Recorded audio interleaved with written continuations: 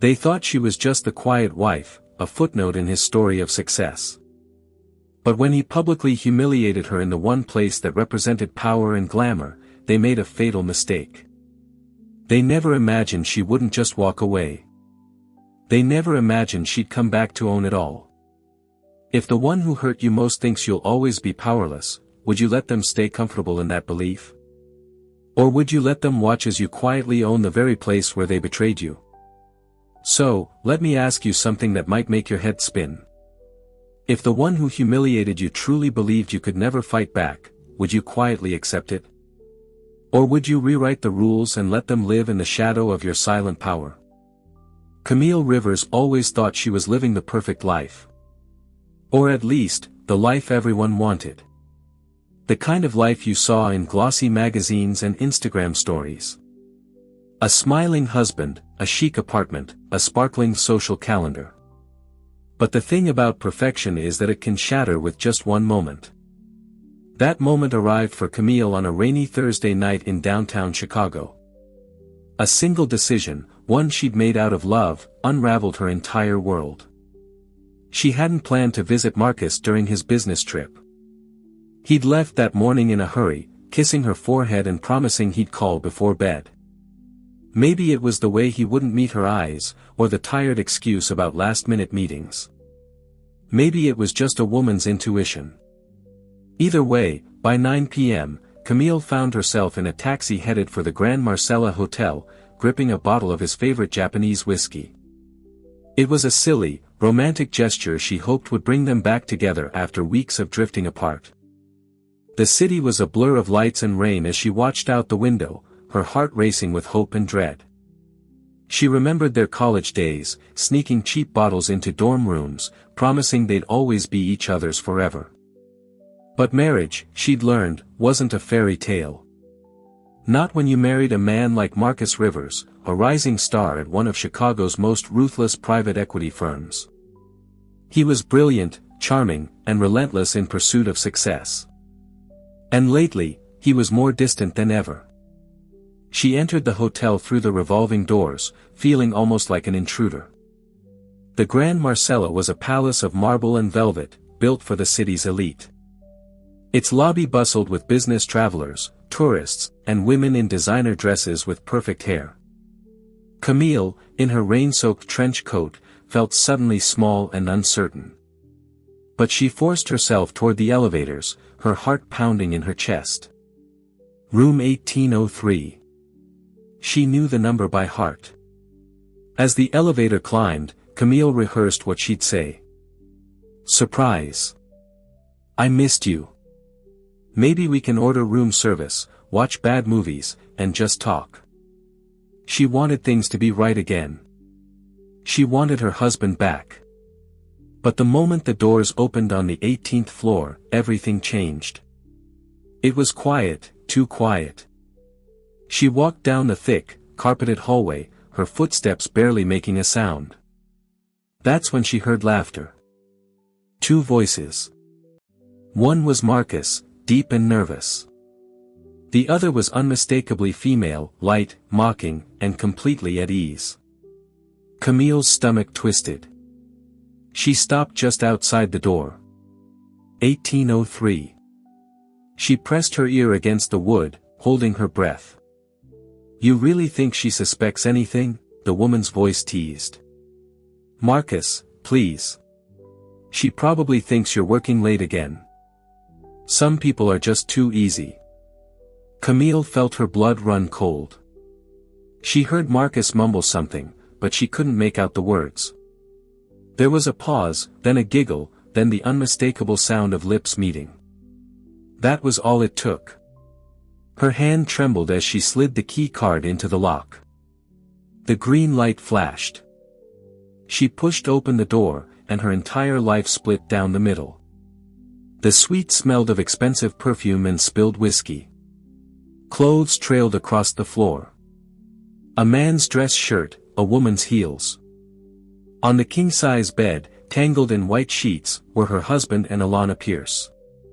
Camille didn't need to guess. She knew Alana. Everyone in Marcus' office did. The new VP of Business Development, 28, ruthless, with a body sculpted for attention and a smile as sharp as broken glass. She was the last person Camille ever wanted to see near her husband. Marcus scrambled up, panic in his eyes. Camille, wait, this isn't. Alana barely bothered to cover herself.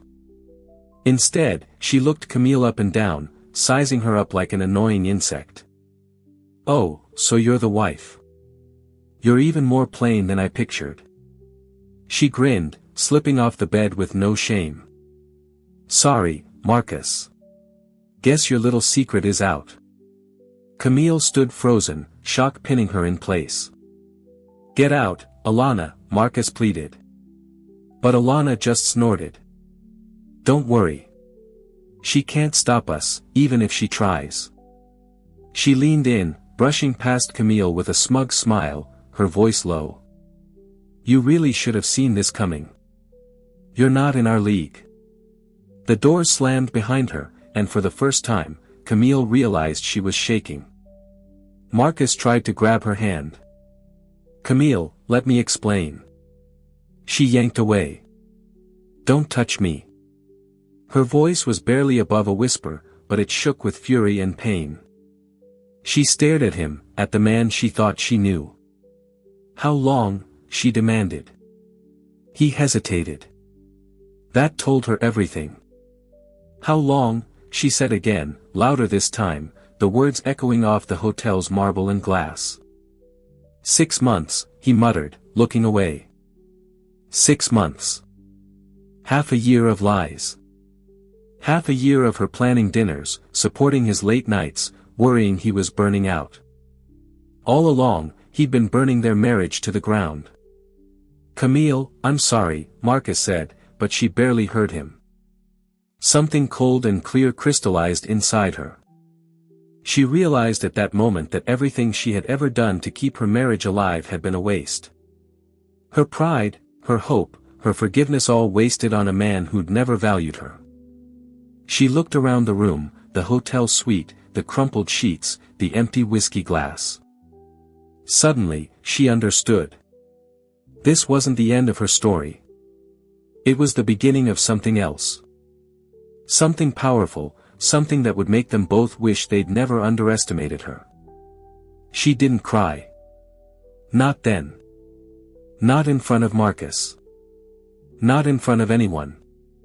She picked up her keys, squared her shoulders, and walked out, leaving her husband in the ruins of the life he'd destroyed. The storm outside had nothing on the storm brewing inside Camille. And somewhere deep in her bones, a plan began to form. Long before the Grand Marcella scandal, Camille Rivers was an expert at being overlooked.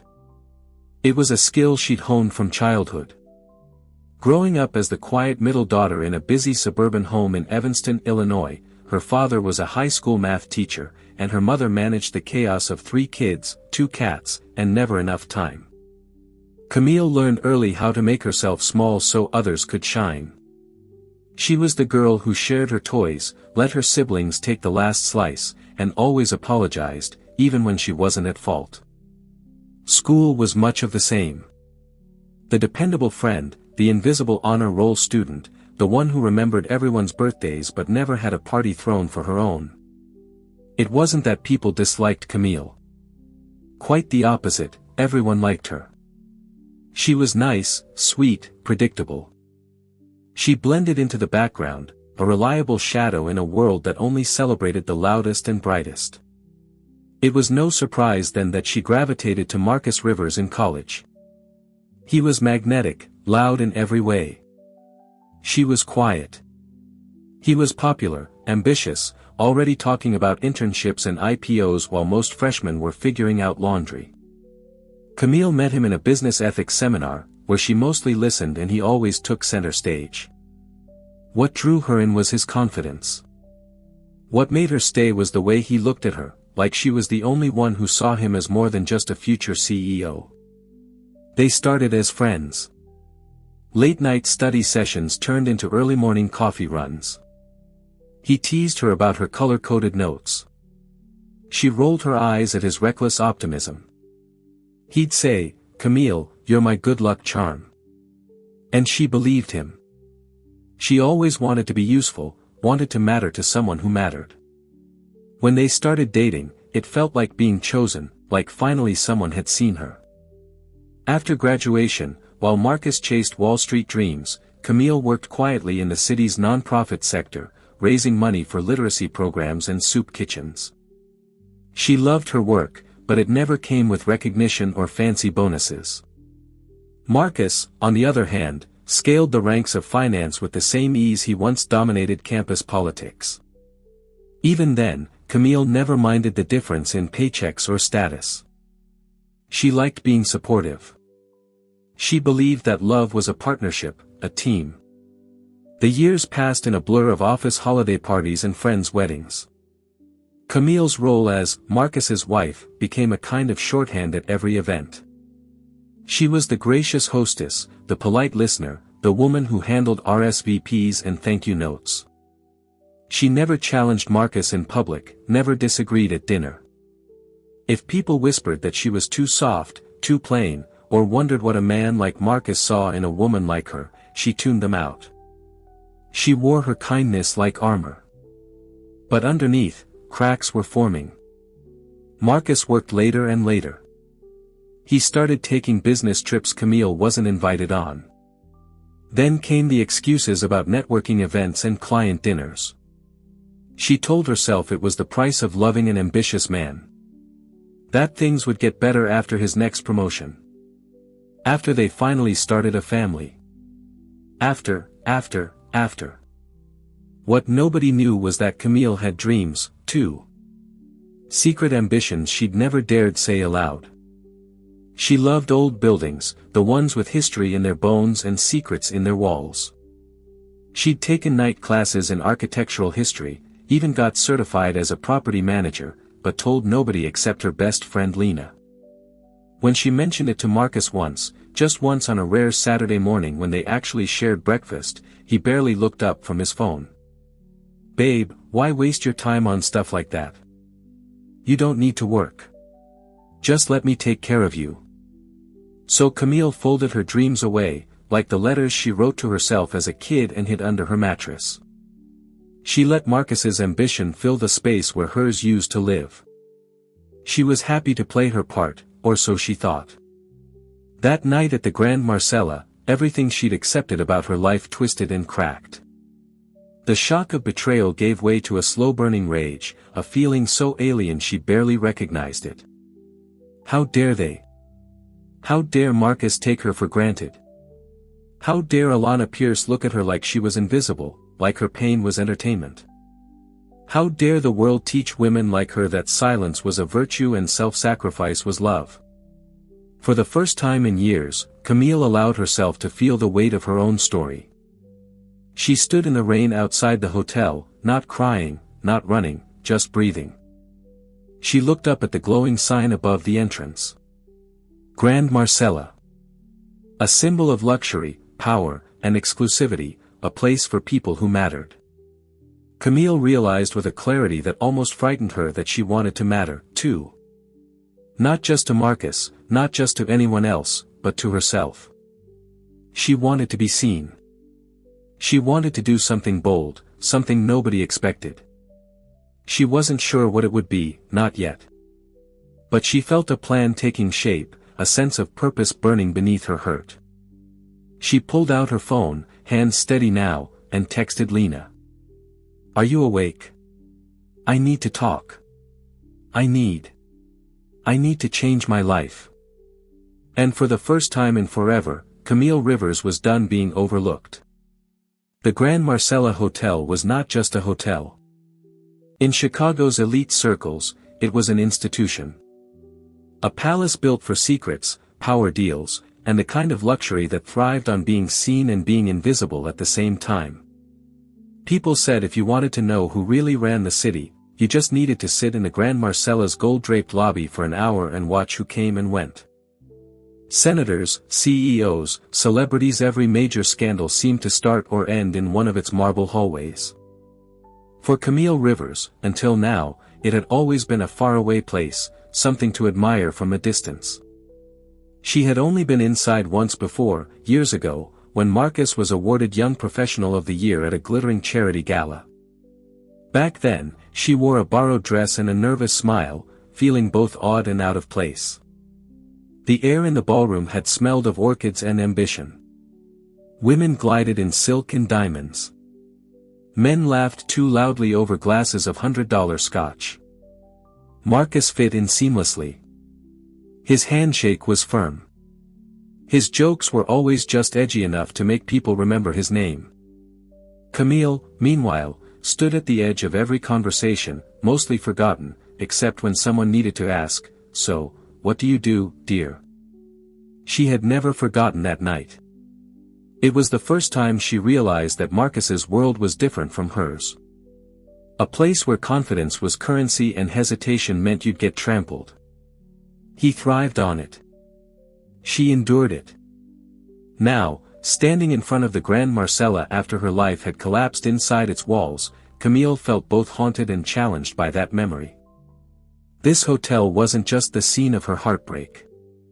It was a symbol of everything she'd been told she couldn't have. Inside the lobby, the world was a flurry of opulence. Gleaming black and white marble floors stretched for acres, reflecting the sparkle of Art Deco chandeliers overhead. Uniformed staff glided soundlessly, anticipating every guest's whim before it was voiced. On one side, a trio of old-money socialites whispered behind gloved hands. On the other, a tech billionaire in sneakers argued with his PR manager, their voices barely audible above the gentle piano music. It was the kind of place where everyone had secrets and where those secrets were carefully protected for the right price. The staff knew how to look the other way. The cameras always seemed to miss the most interesting moments.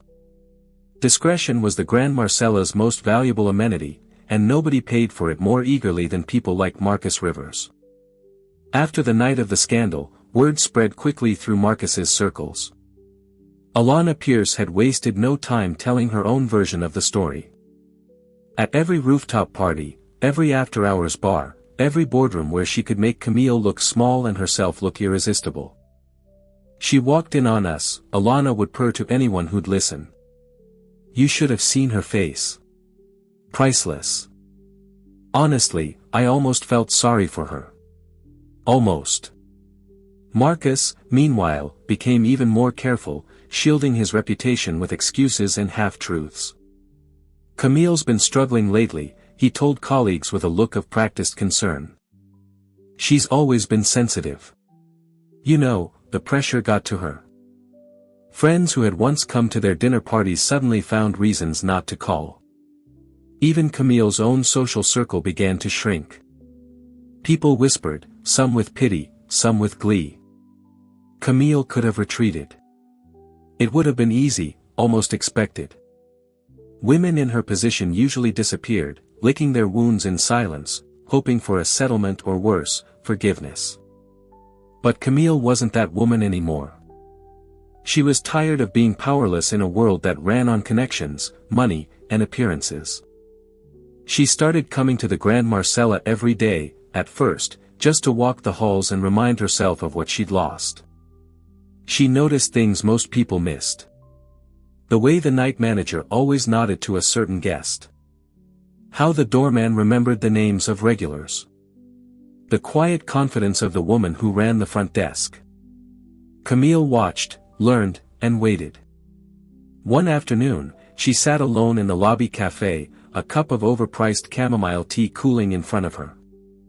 She watched as Alana swept through the entrance in a designer dress, laughing loudly at something Marcus whispered in her ear.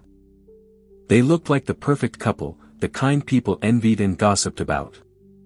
But Camille saw the truth. Marcus's strained smile, Alana's constant glance over her shoulder, the brittle edge beneath all that glamour. That was when Camille made a silent vow. She wouldn't just move on. She wouldn't let the Grand Marcella, this palace of secrets, be the end of her story. If this was where her marriage had ended, then it would also be where her new life began. She started asking questions, quietly and politely. She learned that the hotel's owner, an aging billionaire, was looking to sell. The staff had known for months, but the news was tightly controlled. Only a handful of brokers in the city were aware, and the price tag was so high that most interested buyers had walked away. Camille, however, had something those buyers didn't. Motive. She didn't want the hotel for profit or prestige.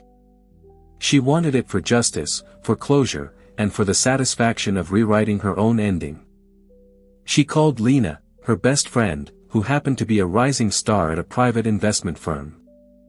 Together, they began to research, strategize, and quietly assemble a plan that would take everything Camille had learned about being invisible and use it as a weapon. The Grand Marcella was about to become more than just the scene of Camille's greatest heartbreak. It was about to become the battleground for her transformation. A place where power, money, and vengeance would collide in a way nobody could predict. Especially not Marcus.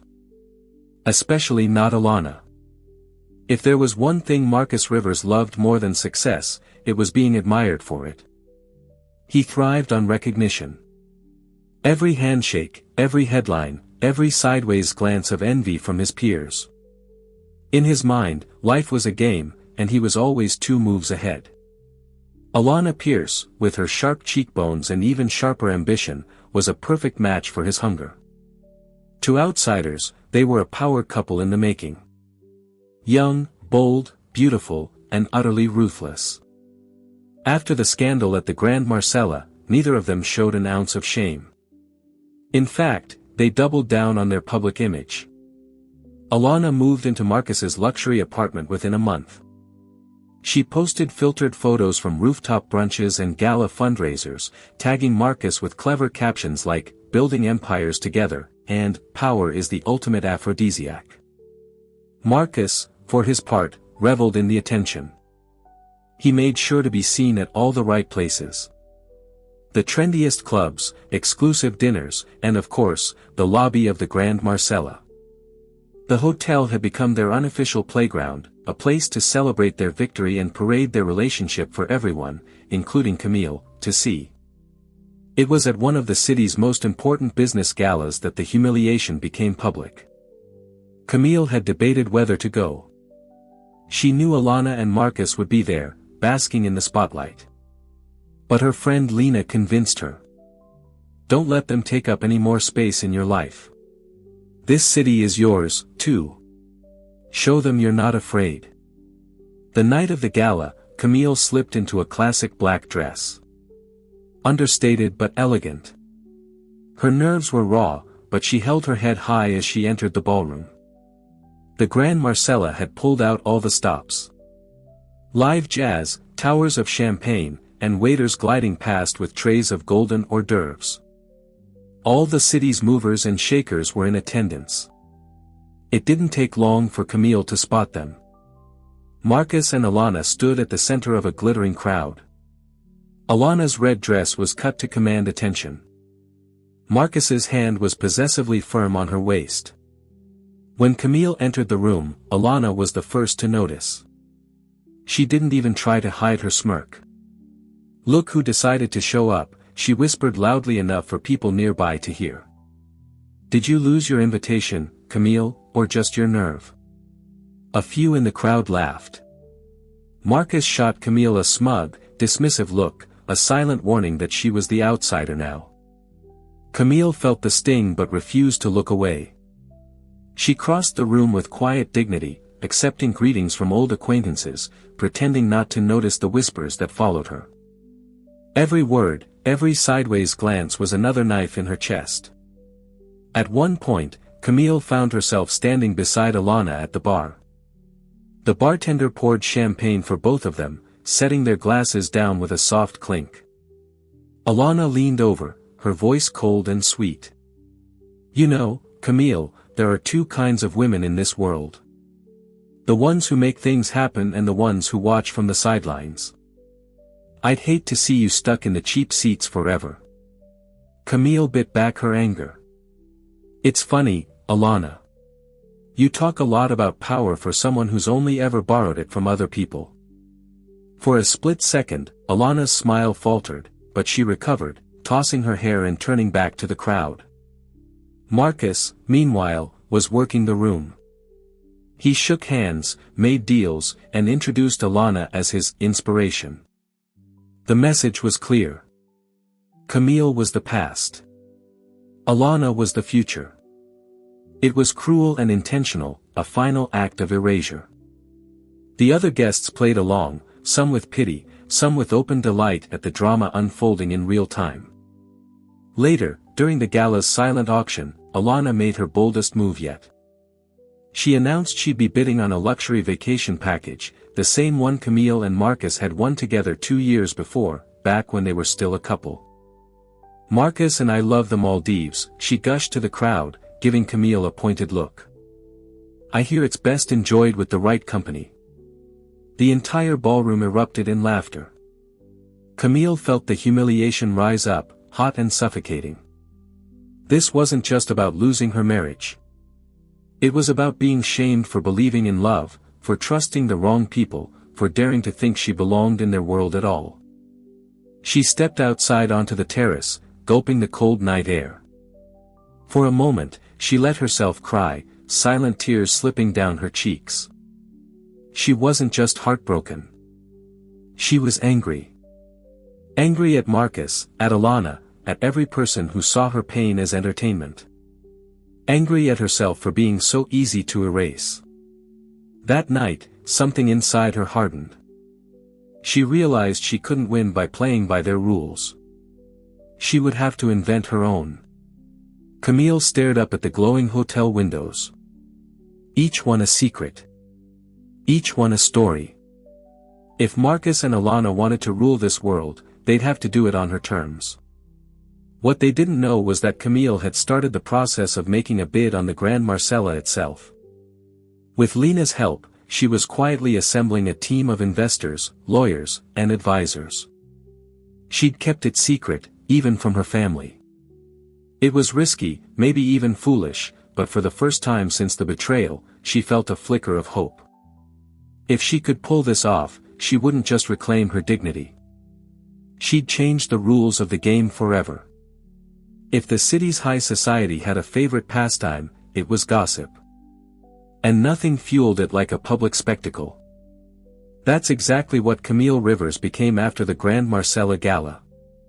It wasn't enough for Marcus and Alana to win in private. Their next move was to turn Camille's pain into a performance, using every stage and social gathering as a way to prove her defeat. The cruelty was so casual, so well rehearsed, that no one could pretend it was accidental. It started at a charity luncheon hosted by one of Marcus's biggest clients, an event Camille had once organized herself. She hadn't planned to attend. She was still piecing herself together after the gala, but Lena insisted.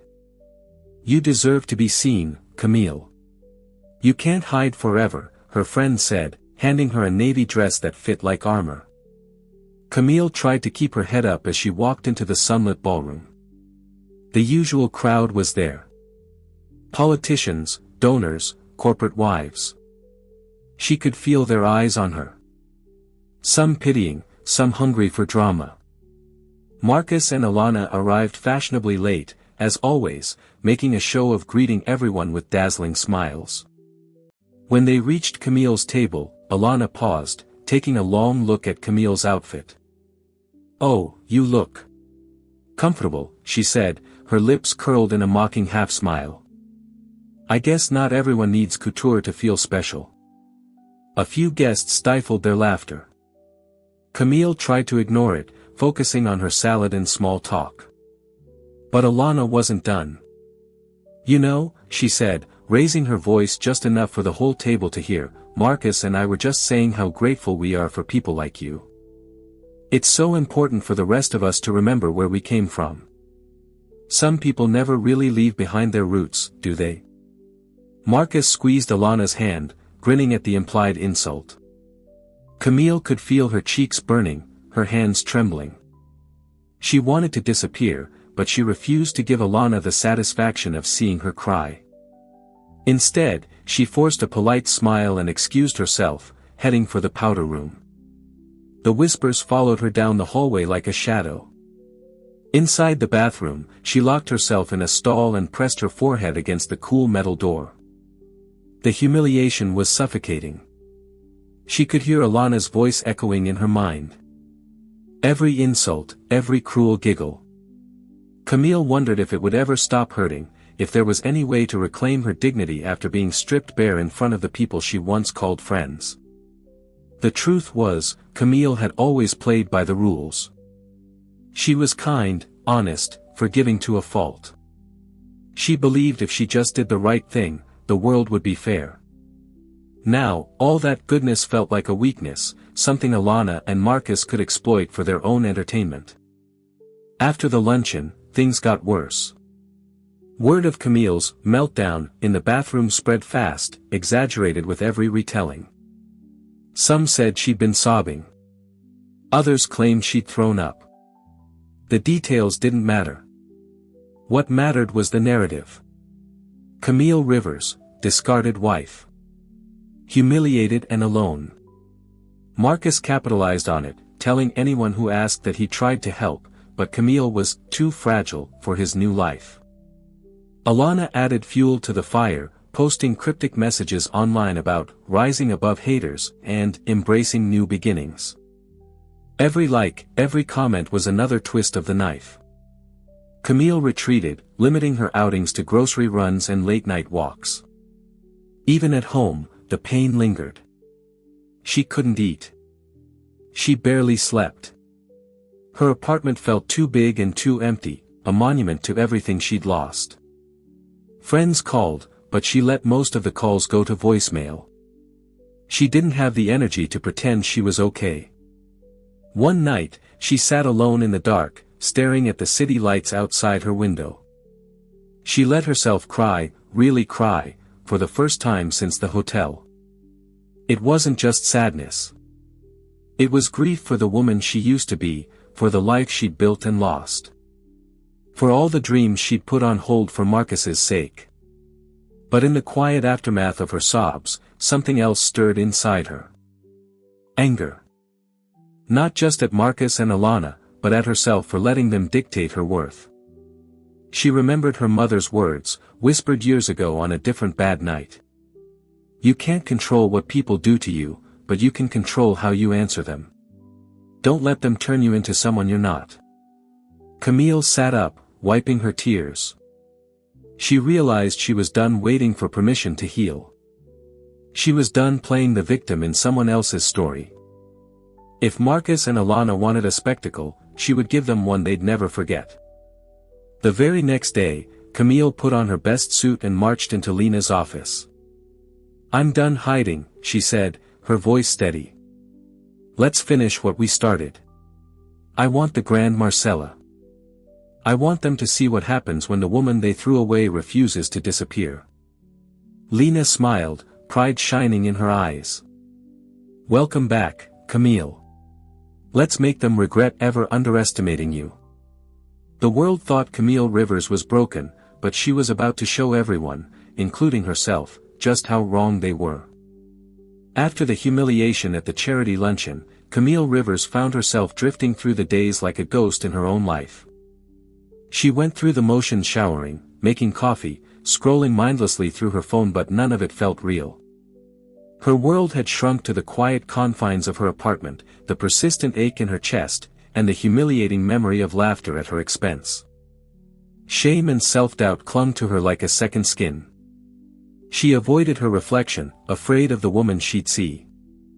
When she looked in the mirror, she barely recognized herself. Her eyes looked hollow, her smile forced. She wore sweatpants and t-shirts, not caring if her hair was brushed. The spark that once made her Marcus's lucky charm was long gone. Even Lena, her ever-optimistic, fiercely loyal best friend, couldn't reach her, no matter how many times she texted or called. Camille's phone was a graveyard of unread messages. Some nights, Camille lay awake staring at the ceiling, the city lights flickering on her walls. She thought about her parents, her childhood dreams, the version of herself she'd left behind for Marcus. She replayed every choice, every time she'd said yes when she wanted to say no. Every apology she'd made just to keep the peace. She felt small and foolish. She wondered if maybe Marcus was right, if she really was too fragile, too soft for his world. The Grand Marcella, the very hotel that now haunted her, became a symbol of everything she'd lost. She avoided the block entirely, crossing the street if she even caught a glimpse of the awning. Memories of that night, the cruel words, the mocking laughter, the look of boredom on Marcus's face played on an endless loop in her mind. The city, once so full of promise, now felt hostile. Even ordinary places, her favorite bakery, the bookstore on the corner, the park where she used to jog, seemed to echo with whispers and stares. She convinced herself that everyone knew, that the world had taken sides, and she'd lost. But life didn't pause for heartbreak. Bills still needed paying. Camille's job at the literacy nonprofit was kind enough to give her time off, but after a few weeks, she knew she had to go back. On her first morning back at work, she stood in the shower for a long time, letting the hot water run over her face as if it could wash away the pain. She pulled herself together, barely, and went through the motions at her desk, grateful for the distraction of spreadsheets and fundraising calls. Still, the sadness was overwhelming. She felt alone, even in a crowded office, untethered from the life she'd built. She would hear a joke and forget how to laugh. She would hear her coworkers gossiping and immediately think they were talking about her. She doubted everything, her talent, her intelligence, her ability to survive on her own. Lena, refusing to give up, finally showed up at her apartment with takeout and a bottle of wine. "Enough hiding, Camille," she said, plopping down on the couch. "You need to let it out, even if it's just with me." They sat together in silence for a while before Camille finally broke down. She cried for everything. For her broken marriage, for the friends she'd lost, for the future that would never happen. "It's like I'm watching my own life from underwater," she whispered. "Nothing feels real. I don't even know who I am anymore." Lena put an arm around her. "You're Camille Rivers. You are the woman who tutored half the neighborhood kids for free. You are the one who spent years supporting a man who never deserved you. You are the one who made this city feel like home for everyone but herself. But you know what? You can be more. You can build something that's yours. It doesn't have to be for anyone else." That night, for the first time in weeks, Camille allowed herself to imagine a future that didn't revolve around Marcus. A tiny, stubborn hope sparked inside her. The barest possibility that she could start over. But the next day, reality crept back in. The doubt, the fear, the little voice that said she wasn't enough. Every time she considered moving forward with the Grand Marcella plan, she heard Alana's voice in her head. "You can't stop us." Every time she considered calling the real estate broker, her hands shook. Was she really going to put herself back in the path of people who'd only ever laughed at her? She sat in her apartment staring at the file of documents Lena had gathered. Property records, ownership details, a list of potential investors. It felt impossible. The numbers were dizzying. The risk was huge. Who was she to take on something like this? Camille's self-doubt was relentless, telling her to give up before she embarrassed herself further. But then, one sleepless night, she scrolled through her old texts with Marcus. She found a photo from when she'd taken of him at their favorite pizza place long before the money, the cheating, the lies. He was laughing, looking right at her. She realized in that moment just how much she had changed for him, how much she had given up, and how little she had gotten in return. She deleted the photo. She scrolled through every last trace of Marcus and Alana and pressed delete again and again. It was just a small step, but it made her feel lighter, a little less haunted, a little more herself. The next morning, she called Lena. "I'm scared," she admitted. "But I'm tired of being scared. Let's do it. Let's buy the Grand Marcella. I don't know if I can pull it off, but I have to try." Lena cheered. "That's the Camille I know. Let's turn the world upside down. And for the first time in a long time, Camille almost believed she could. What nobody knew about Camille Rivers, not Marcus, not Alana, not even Lena, was that she wasn't as powerless as she seemed. For years, while her marriage faded in the shadow of Marcus's ambition, Camille had quietly prepared for a future that didn't depend on anyone else. She'd inherited a modest trust fund from her grandmother, money she never touched because Marcus always insisted he would take care of everything.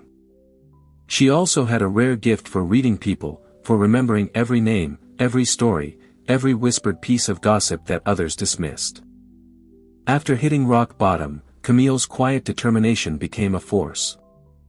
With Lena's encouragement and the smallest sliver of self-belief, she dug deep into her reserves, both emotional and financial. She didn't move recklessly. Instead, she became methodical, gathering information, listening in all the right places, and building her network in silence. The first step was learning everything about the Grand Marcella's real owner, Harold Mendel, a reclusive billionaire in his 80s. Rumor had it Harold was tired, ill, and desperate to sell, but only to the right buyer. He hated flashy investors who wanted to turn his beloved hotel into a soulless chain. He wanted someone who respected the building's history, someone who understood what the Grand Marcella meant to Chicago. Camille wrote a heartfelt letter to Harold, describing her lifelong love for the hotel, her background in community work, and her plans to preserve the Marcella's legacy. She included stories about how her own family used to walk by the hotel on Christmas Eve just to admire the lights and dream. To you, she wrote, this hotel is history. To me, it's hope. If you trust me, I promise to honor both. Lena leveraged her connections at her investment firm to find two discreet, values-driven partners. An aging philanthropist who loved local architecture and a successful black businesswoman who believed in giving back to her city. Together, they pieced together a private bid that was competitive but not gaudy. They had just enough capital to buy the hotel if Harold liked their proposal. While Lena handled the legal and financial work, Camille began her own kind of research. She took long walks around the Grand Marcella, talking to staff, asking about their favorite guests, their best memories, the traditions they cherished. She took notes, learned names, and made small gestures of kindness: fresh coffee for the front desk manager, a generous tip for the housekeeper who confided that her daughter wanted to go to college. She wanted everyone to know she valued them, not just the building. Camille also began meeting with an old mentor, Mrs. Janine Archer, a retired attorney who had helped her during a difficult time in college. Mrs. Archer taught her everything about real estate deals, negotiations, and legal protections. You don't win by being loud, Camille, she said. You win by being smarter and by knowing exactly where your leverage lies. While all this was happening, Marcus and Alana were completely oblivious. They were too busy basking in their supposed triumph to notice anything out of place. Alana, always hungry for status, kept posting Instagram stories from hotel suites and designer boutiques. Marcus, growing bored with Alana's drama and eager for bigger deals, had started angling for a board seat at his firm. He barely noticed Camille's absence from society events. As far as he was concerned, she had faded away, just as he'd hoped. But not everyone had forgotten Camille. One afternoon, she received a call from Margaret Lynn, an influential socialite and the wife of Marcus's boss. Margaret had always liked Camille. She appreciated her quiet grace and remembered how Camille once helped her organize a charity event on no notice. Margaret invited Camille for tea, curious about her recent silence. Over delicate cups of oolong, Margaret said, "I've always admired you, Camille. Don't let people like Alana and Marcus erase your story. This city needs women who lift others up, not just those who tear them down." Margaret discreetly offered to introduce Camille to a friend who specialized in luxury property management, just in case she wanted advice. It was a small gesture, but it felt like a turning point. Word of Camille's interest in the Grand Marcella began to circulate in the most influential corners of Chicago's real estate world. Most people thought it was a rumor. Nobody could imagine the invisible wife having the guts or the resources to pull off a deal of that scale. Camille didn't correct them. She wanted to stay under the radar until everything was official. Meanwhile, Harold Mendel himself invited Camille to a private lunch in the hotel's library. He was thin and frail, but his mind was sharp. He asked her questions about her vision for the hotel, her values, her plans for the staff. Camille answered honestly, never overselling herself. "I know what it's like to be overlooked," she said. "But I also know how much strength can come from having something worth fighting for."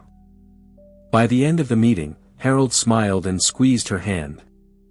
"You remind me of my late wife," he said softly. "She always believed in giving second chances, in finding beauty where others saw nothing. I think you're the right person for this hotel, Camille." Within days, Harold accepted Camille's offer. Lena called her, screaming with joy. "You did it. We did it. Camille, you own the Grand Marcella." Camille's hands shook as she signed the final papers. She had done the impossible, not for revenge, but to prove to herself and the world that she could. But she also knew there was one final act left before her story was complete. Marcus and Alana still had no idea what was coming. They were about to discover that the woman they dismissed was never truly powerless. She just needed the right moment to reveal her strength.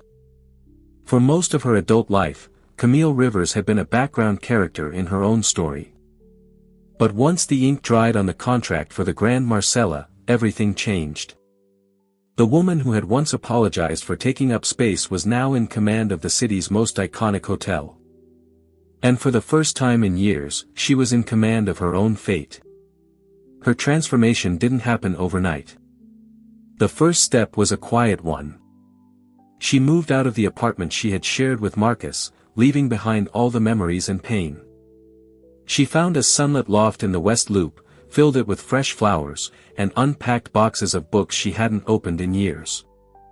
Camille spent hours just sitting by the window, relearning the shape of her own thoughts.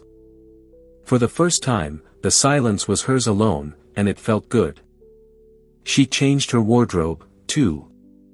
Not to impress anyone, but to reflect the confidence she was rediscovering. Gone were the bland, forgettable dresses she'd worn to please Marcus. Instead, she chose clothes that made her feel bold. Sleek pantsuits, jewel-toned blouses, well-cut coats. She cut her hair into a sharp bob and swapped pale lipstick for a shade of red that made her feel unstoppable. She stood taller, walked with purpose, and met her own eyes in the mirror each morning with pride. The staff at the Grand Marcella felt the change, too. Camille was a different kind of owner, approachable but decisive, caring but clear-eyed about business. She spent her first week meeting with every department, from the kitchen staff to the cleaning crew to the front desk managers. She listened, took notes, and remembered names. When a beloved doorman's mother fell ill, Camille arranged for her to receive the best care. When a young maid confided that she dreamed of becoming a chef, Camille introduced her to the hotel's head of culinary operations. She also instituted new policies, higher wages, better benefits, and regular staff appreciation events. The energy in the building changed overnight. People smiled more and took pride in their work. Word spread quickly. This was no longer just a place for the rich to hide their secrets. It was a place where good people could build real futures. Camille didn't forget about the hotel's high society clientele either. She reimagined the hotel's events, bringing in artists and musicians from underserved communities. She hosted charity galas that actually raised money for local causes, not just for show. She started a mentorship program for young women who dreamed of working in hospitality, determined to help others find the opportunities she'd almost missed herself. But perhaps the biggest change was in Camille's mindset. She stopped shrinking herself to fit other people's expectations. She trusted her instincts, spoke her mind in board meetings, and refused to apologize for her success.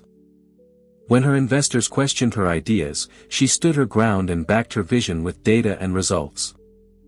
When a powerful developer tried to bully her into selling off the hotel's rooftop garden for condos, she turned him down flat and doubled down on her plans for a public park instead. Lena was there every step of the way, cheering her on. "I've never seen you like this," she told Camille over dinner one night. "You're not just surviving, you're thriving. You're dangerous." They laughed, but Camille knew it was true. The fear and doubt were still there, sometimes whispering late at night, but now she knew how to answer them. Meanwhile, in Marcus and Alana's world, nothing seemed to go right. Their relationship, once built on secrecy and adrenaline, was crumbling in the harsh light of reality. Marcus was under pressure at work. His bosses were unimpressed by the drama and gossip swirling around his personal life. Alana was frustrated by the fact that despite all her maneuvering, she was still not being accepted into the city's true elite. She wanted more, and she blamed Marcus for not delivering. They barely noticed the changes happening at the Grand Marcella. To them, Camille had disappeared, just as they'd always hoped. Until, that is, the day invitations went out for the hotel's annual winter gala, the most coveted event of the season. This year, for the first time, the guest list was curated by the new owner. Nobody knew who it was. Rumors swirled about a European investor or a tech billionaire. Marcus and Alana, desperate to be seen, pulled every string they could to make sure their names were on the list. When the gilded invitations arrived at their apartment, Alana squealed with triumph. "This is it, Marcus. We're finally back on top. Everyone will see who we are now." The night of the gala, the Grand Marcella glittered with light and life. Paparazzi swarmed the entrance, hoping to catch a glimpse of the city's biggest power players. Inside, every detail was perfect. Flowers, music, food, and the sense of anticipation that something special was about to happen. As guests arrived, whispers started. Who was the mysterious new owner? Where was the host? The anticipation built as midnight approached, and then the ballroom doors opened. Camille stepped inside, radiant in a crimson gown, her head held high. The room fell silent. Some guests stared in disbelief. Others, remembering the gossip and cruelty of the past year, watched with quiet satisfaction. Camille smiled, greeting old acquaintances, gracious to supporters, and coolly polite to those who had once looked down on her. Lena stood by her side, beaming with pride. For the first time, Camille was not just present, she was in control.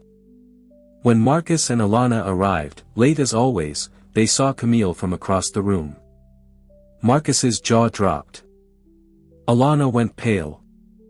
Camille met their eyes and didn't look away. She didn't have to say a word. Her presence was enough.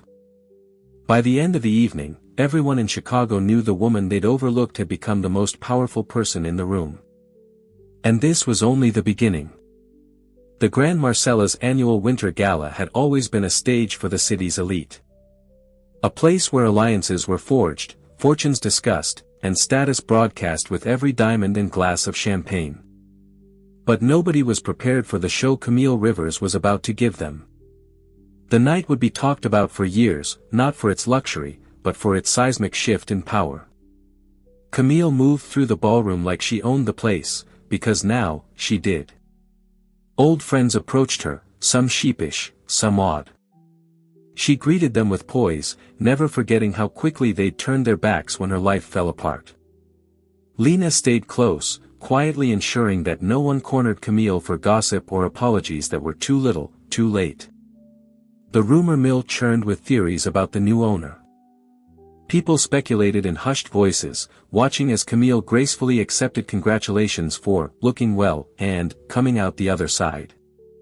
Marcus and Alana, meanwhile, lurked on the periphery, clinging to each other for reassurance. As midnight neared, a hush swept the ballroom. The string quartet's music faded, and all eyes turned to the stage at the front of the room where the hotel's managing director took the microphone. "Ladies and gentlemen," he began, "we thank you for joining us tonight to celebrate a new era for the Grand Marcella. It is my pleasure to introduce our new owner, someone with a vision not just for this hotel, but for our entire city. Please welcome Camille Rivers. For a beat, the room was silent, then came a ripple of shock and disbelief. Alana's jaw dropped. Marcus's face drained of color. The guests erupted into a stunned applause as Camille took the stage, standing taller than she ever had before. She smiled at the crowd, her voice clear and calm as she spoke. When I first came to the Grand Marcella, I was a guest, just one face among many. I was welcomed with kindness, and I never forgot what it felt like to belong, even for a moment. But as many of you know, sometimes life tests us in ways we never expect. She let her gaze sweep the room, pausing just long enough to meet Marcus and Alana's eyes. I was publicly humiliated here.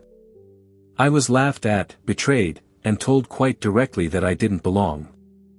But I want to thank every person who doubted me. Your disbelief gave me the strength to build something new. Not just for myself, but for every person who's ever been told they weren't enough. The crowd murmured, some faces red with embarrassment, others beaming with admiration. Camille continued. Tonight, I'm proud to announce new programs at the Grand Marcella, mentorships for young women, scholarships for hospitality workers, and support for small businesses across Chicago. This hotel is no longer a playground for the privileged. It's a place for second chances, new beginnings, and real community. She gestured toward her staff, many of whom stood at the edge of the room, tears in their eyes. None of this would be possible without the people who work here. Their dedication, kindness, and hard work are the soul of this place. From now on, they will share in its success. The applause was thunderous, more real than any socialite's handshake or politician's compliment. Camille stepped down from the stage, and the crowd surged toward her, eager to offer congratulations. But as the party swirled on, Marcus and Alana could only watch as their moment in the spotlight slipped away. Refusing to accept defeat, Alana grabbed Marcus's hand and marched across the ballroom to confront Camille. The guests parted, sensing drama. Alana's voice was icy. Congratulations, Camille. I suppose this is your revenge. Camille didn't flinch. It's not about revenge. It's about reclaiming what was mine and making sure nobody else is ever made to feel small here again. Marcus, trying to recover his composure, attempted a smile. Camille, maybe we could.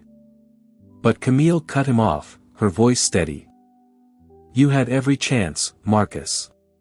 You chose your path. I chose mine. I hope you find what you're looking for, but it's not here. Not anymore. The crowd watched, riveted, as Camille turned away, signaling to the staff to resume the celebration. Alana stood frozen, her confidence evaporating under the weight of the hotel's new reality. For the first time, she realized what real power looked like. And it wasn't the power to humiliate or exclude. It was the power to build, to forgive, to inspire. The press, hungry for a story, snapped photos of the confrontation. Headlines would soon announce Camille's triumph. Scorned wife buys hotel, changes the game. Woman betrayed turns tables on Chicago elite. But for Camille, the real victory wasn't in the headlines or the whispers. It was in the knowledge that she had remade her life on her own terms. As the night wore on, guests toasted Camille's success. The energy in the room had shifted. People felt lighter, freer, inspired by the idea that dignity could win out over cruelty. Old friends approached Camille, apologizing for their silence or offering to collaborate on her new initiatives. Some, clearly embarrassed by their own behavior, simply thanked her for the reminder that kindness was not weakness. Later, as the ballroom emptied, Camille found herself alone on the hotel's balcony, looking out at the city she now called her own. Lena joined her, handing her a glass of champagne. You did it, she whispered. Camille smiled, tears pricking her eyes. Not of sadness, but of relief, pride, and the beginning of something new. No, she said quietly. We did it. For every woman who was told to sit down and stay quiet. For every dream that was almost forgotten. The Grand Marcella glowed behind them, a beacon for anyone daring to believe in themselves again. Camille had been written off, counted out, and humiliated in public. But she'd reclaimed her story, and now the whole world was listening. 1 year later, the rooftop garden Camille fought so hard to save was thriving. It was late afternoon, and the space buzzed with the quiet energy of the city. Couples held hands on benches, tourists snapped photos of the skyline, and a young musician played a soft melody on an acoustic guitar. This was Camille's favorite time of day. She stood by the railing, no longer the owner overseeing a property, but simply a woman at peace in a place she had made beautiful. Lena appeared beside her, handing her a warm cup of tea. "Look at you," Lena said, a proud smile on her face. "You didn't just buy a hotel, you gave the city a new heart." Camille leaned her head on her friend's shoulder. "We did," she corrected gently. Below them, a young man knelt on one knee, holding out a ring to a tearfully happy woman. A small crowd nearby broke into soft applause. The proposal happened right here, in the shadow of the Grand Marcella, a place that was once a symbol of a bitter ending, now transformed into the backdrop for a hopeful new beginning. Camille watched them, her heart full, not with the memory of what she had lost, but with gratitude for everything she had built. She was no longer defined by betrayal or revenge. She was defined by her strength, her compassion, and the quiet, unshakable knowledge that her story was, and always had been, entirely her own to write. This was more than survival. This was a beautiful life. Camille's journey is a powerful reminder that no matter how badly someone betrays you or how invisible you feel, your worth is never decided by others. Even at our lowest, we still hold the power to rewrite our own story. Healing isn't about vengeance. It's about finding the courage to claim our place, build our own happiness, and lift up those who need it most. If something in Camille's journey resonated with you, please hit the like button and share this video with a friend who might need to hear it. Don't forget to subscribe for more stories of strength and transformation. And please, comment your thoughts below. Your story matters here. Let's keep building this community where everyone gets to be seen, heard, and powerful in their own right.